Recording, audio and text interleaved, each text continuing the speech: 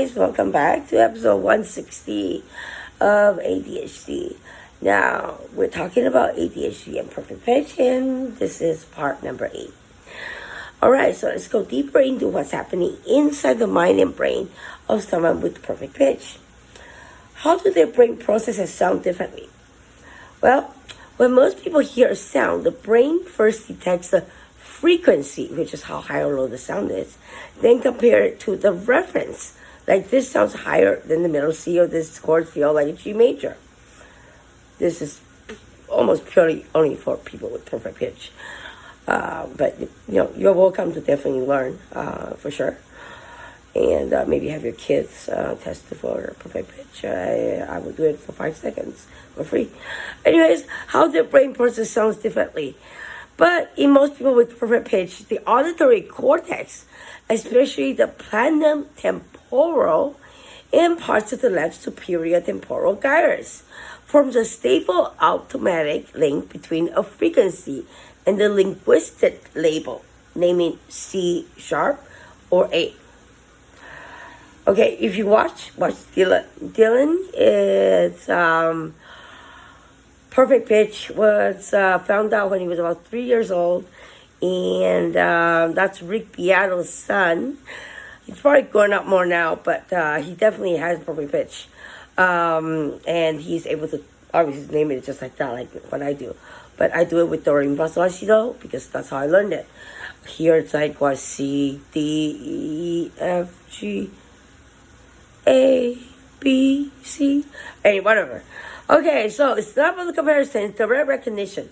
Almost like how you recognize colors. You don't think this red looks redder than orange, you just know it's red. The brain creates a permanent internal pitch map. So when they hear a tone, it automatically lights up the tone name areas. What it feels like to them. People with perfect pitch often describe the experience like this.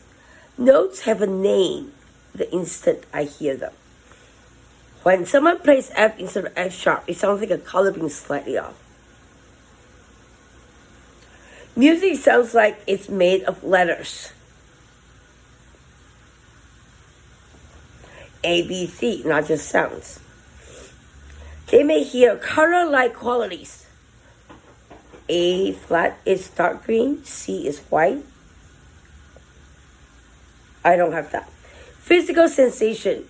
Ooh, that's for me. D sharp feels sharper in my chest. A is round.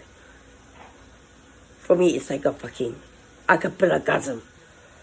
Emotional tones. Certain keys or notes feel happy, sad, cold, warm, but you don't need perfect pitch to do that.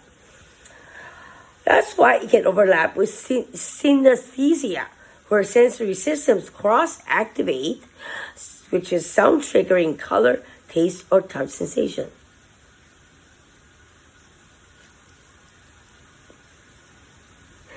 The advantages and downsides. Alright. Advantages: instantly recognizing keys, chords, modulation, music, easier transcription, tuning, and comparison, very strong memory for songs and sounds. We all know that. Challenges: transposed or out of tune music can sound wrong or even painful. Right here, I get so pissed off by recordings that either 2 down or 1 down.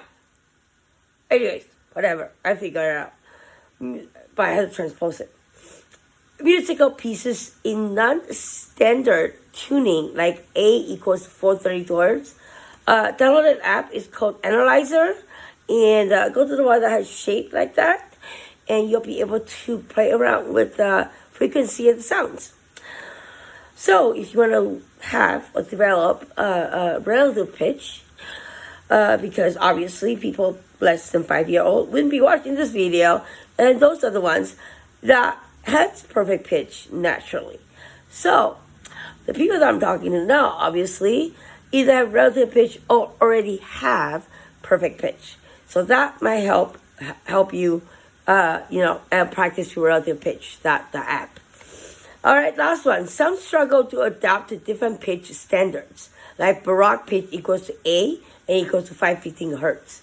I hope you guys understand it because it's going to get a little harder and harder. I have 2 more episodes coming out, maybe today or tomorrow. Take care.